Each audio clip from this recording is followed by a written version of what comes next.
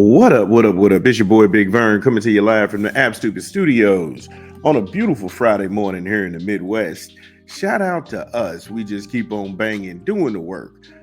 What a time to be alive. It is so great that football is back. I know it. I love it.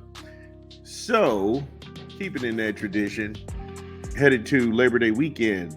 Long weekend, some people are actually on the road. So, if you're going to go ahead and catch up this whole week full of great sports takes, then you can go ahead and tune into our show. And we'll be doing that. So, yeah, smash the like and subscribe button. Parents, last day to day drink. It is the last day to day drink and get it in before you and the kids are actually stuck at home for the next 4 days together. Do what you will with that. Today's show, Deion Sanders and Colorado. They hold off South Dakota State last night. We'll talk about that. I think when you get my notes in real time, you'll understand how I watch football and the things that I look for, not the idiot worms that they hire to actually do color commentary. Then we'll go with the over and under from this weekend's biggest games: Georgia v. Clemson, Texas A&M v. USC, LSU v. Notre Dame. Are you buying? Are you selling? Who knows? Then we'll talk some worst documentary ever, the Connor Stevens Michigan sign steal, and I thought that was horrible. And now I'll give you my take on that. But when we come back, we'll just jump right into it after we get a quick 20 from an unofficial sponsor of the show. This is Big Vern. Drop the spot.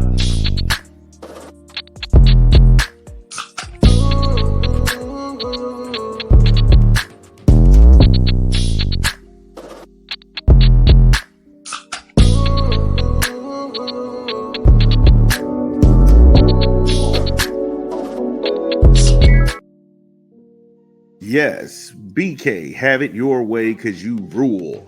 Order online, download the app, or visit your good folks at your local Burger King. BK, have it your way because you rule.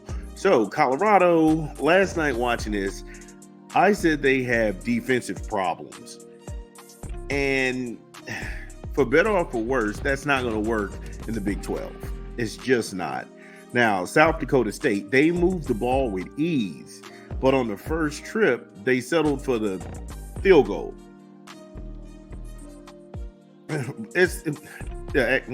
Look, what that quarterback was able to do, and he showed me two things. Anytime he started moving his feet, he gave them a lot of issues. And then just like that, Shador goes into the game and he hits, I'm talking about Horn Jr. for a beautiful pass. And just like that, I mean, bam, 7-3. But South Dakota State, shout out to them. They wasn't scared. They didn't flinch. They moved the ball without pause and then got down to the touchdown and made that thing a blink of an eye in 10-7. Now, this is all first quarter. That's how many, it just was going berserk. And you can chalk it up to nerves, kinda. But at that point, you're in the first quarter at the 2-minute 35 mark. The nerves have to be gone. You have to have seen everything you could have just witnessed right then and there. They pick up stupid fouls, hands to the face. Now, that became a common theme in the first half of this game. Before halftime, every time Colorado would get South Dakota State in compromising positions, they would find a way to get some sort of ticky-tack foul. Hands to the face? And at that point, they had been getting gashed the entire first quarter. And they could have got off the field, got some rest, got some water. None of that. They got a 15-yard penalty on top of the 10-yard play. And then Miller, the quarterback for South Dakota State, he was just running unabashed. And it puzzled me to see what a QB with marginal speed is giving them this many problems. Now, third down, this is the first quarter, 12 seconds left. I liked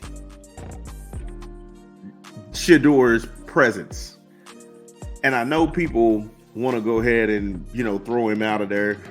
But Shadour is a pro talent. I don't have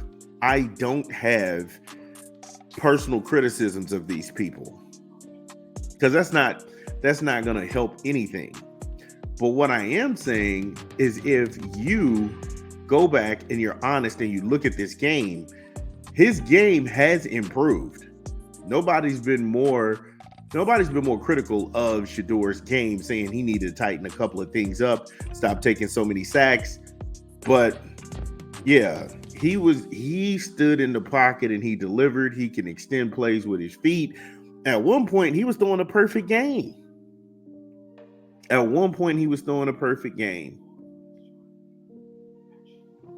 And I seen what South Dakota State wanted to do, because their offensive line was punking Colorado. They were pushing them back and decided to choke out the clock. Shadour only had 3 offensive possessions in the entire second quarter of that game. They held on to the ball for 21 minutes of the first quarter, when the first half of that game, going into halftime, they held on to that ball 21 minutes. I was just dismayed. But the stupid penalties back and forth, late hits after the play, they got it under a microscope. Pull up. Again, we got that. We got some more things we want to go ahead and get across to you about this game and how we saw it at different marks. We'll go ahead and take a quick 20 from a rap album we're promoting this month. This is Big Fern. Drop the spot. Yo, you're not gonna believe this, but we got another hip-hop pick. Da-da-da-ba-ba. Freeway, Jake 1, the Stimulus Package Part 2, in stores now. Get it where you legally consume music, whether it's Apple Music, Google Play, or Spotify. Favorites on the album: Time, Philly, Ringin', and Heartbreaker. Many more. Get the album. It's out now. Yeah, out now in stores. Make sure you go ahead and support Freeway and Jake 1, the Stimulus Package Part 2. I've been banging it all month long. So yeah. So that's just one of many things that I thought was wrong in Colorado's reservists. Now, he was big in the portal, and this goes to show not everybody can maximize that influx of in and out. And if I'm Deion Sanders' defensive coordinator, I need to go ahead and tell some kids, stay put. When you have so much new and continuity, you have to go ahead and gel somewhat. You've got to go ahead and gel around the product somewhat. Now, if you want to go ahead and break that game down, they should have never been able to move the ball that easily against South Dakota State shouldn't have been able to move that ball without ease like that. Especially when you're going into the portal, you're getting 4 and 5 star kids. These kids from South Dakota, all they did was play fundamentals. I don't think they had a 4 or 5 star kid. They had a quarterback who was just serviceable. And you seen with your eyes that they had them down 20-17 at the half. Now, it didn't help South Dakota State that they ran out of steam, and then you make adjustments at halftime. That's what you have to do. And so Colorado, then they kind of redeemed themselves and put up a goose egg in that quarter. But when you go into a prevent style of offense and all you're doing is trying to milk the clock, I mean, you had them on the ropes. You punched them in the face. And I don't think that Colorado was really ready for them like that. I don't think that was really ready for them like that. Now I know people are going to go ahead and throw caution to the wind. And then you have a situation where you have, I want to say, Nebraska on the mind. Nebraska, they might be 0-1 by the time you run into them next week in Lincoln. Okay. But the thing you have to go ahead and keep in the front of your mind is all these kids said that the kids didn't say this, but this is the perception. You let a bunch of kids who fundamentally know how to play, how they stacked up with the athletes. And I'm not sitting here saying that, hey, look, they had all the answers right. You know, Dion and them, this was just nervous. At this level, the nerves should have dissipated after you gave up a score. After they went up 10-7, nerves are over. At this point, it's execution. The penalties, the stupid penalties, in third down situations to extend drives, and they couldn't get off the field. I mean, it was what it was. But there are some positive takeaways. What are those takeaways? We'll talk about that when we get back from another quick 20 from an unofficial sponsor of the show. This is Big Vern. Drop the spot.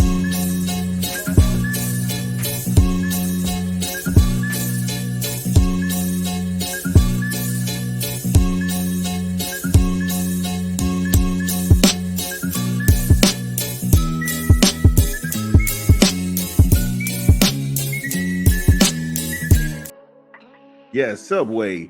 Eat fresh to refresh. Order online, download the app, or visit your good folks at your local Subway. Subway, eat fresh, refresh. So, positive takeaways from that game is that they were able to win a gritty football game. Now, I know people are going to say, oh, they're not even FBS. Look, stop that bullshit. These kids that were fundamentally sound came in there to rough up Colorado, and they gave them the best punch in the mouth that they could give them. Them having a quarterback, faith in a quarterback to throw 4 touchdowns for 400 and something yards. Like I said, Shedeur is the goods. Don't get it twisted. He is the goods. He's measured. He's not one for words. He just knows, hey, look, we got to go do our job. We got to get some stops. We got to get him off the field, and we need to score on every play. That's out of his mouth. But again, there's no way that South Dakota State should have went ahead and put up 26 points on that defense. Not with that many 4- and 5-star kids that you have in that program. Not to mention the star power that you have on that coaching staff. You got one of the highest paid coaching staffs in college football. So 26 points is unacceptable. But if I'm being honest with you, Nebraska, that's a 50-50 game. Colorado State, that's a rivalry. Not going to touch that one. We'll go ahead and do that when we drop the segment. Are you buying it or are you selling it? And then you have Baylor. So for the next 3 games, they're winnable games. And I think when you have a 31-26 victory over South Dakota, it gives you a little bit more momentum because you know that this is how you respond in tight games, in tight situations. You're going to need a better offensive line. That was horrible. Those guys, the sack that he took in the second quarter, and I didn't even put that on Shedeur, where he left the pocket, he was doing too much with his feet. No, the center got steamrolled. And then the right guard, he got pushed over the top of the center. All Shedeur could do was take the sack and go down. That, to me, has to be improved. You have to have guys who will get in there and who know how to be stout and at least maintain the pocket for a period of time. And like I said, he got bulldozed. He got blown off the line as if we were playing middle school, little league, or where it just seemed unfair. So I know Deion's going to make adjustments. The season is early. Here's what I will say. I'm not a bad faith actor. These are football takes. Unlike Paul Feinbaum, the scumbag, and these compromised individuals, I'm not here to clickbait you. I am here just giving you what I see in real time. And I gave you the times within the game where you can go check those out for yourself. That's how you're supposed to go ahead and be objective to everything. I can tell you in the second quarter at the 11:56 mark, 2nd and 4, with a draw play, that got them into 3rd and short. And that's going for Shedeur Sanders. Again, I know these things because I watch it in real time and I can go back and look at it and see what kind of formation that they were running. Things that they need to work on, things that they need to actually enhance. Because Horn Jr. is a beast. This kid is big time. All the explosive plays came from him. He got down to get them into field goal range. He ran a route right up the seam before halftime with 8 seconds left, catches the ball, and catches the ball deep to where Colorado could at least made a play for the end zone. That would have been pretty much leaving points on the field.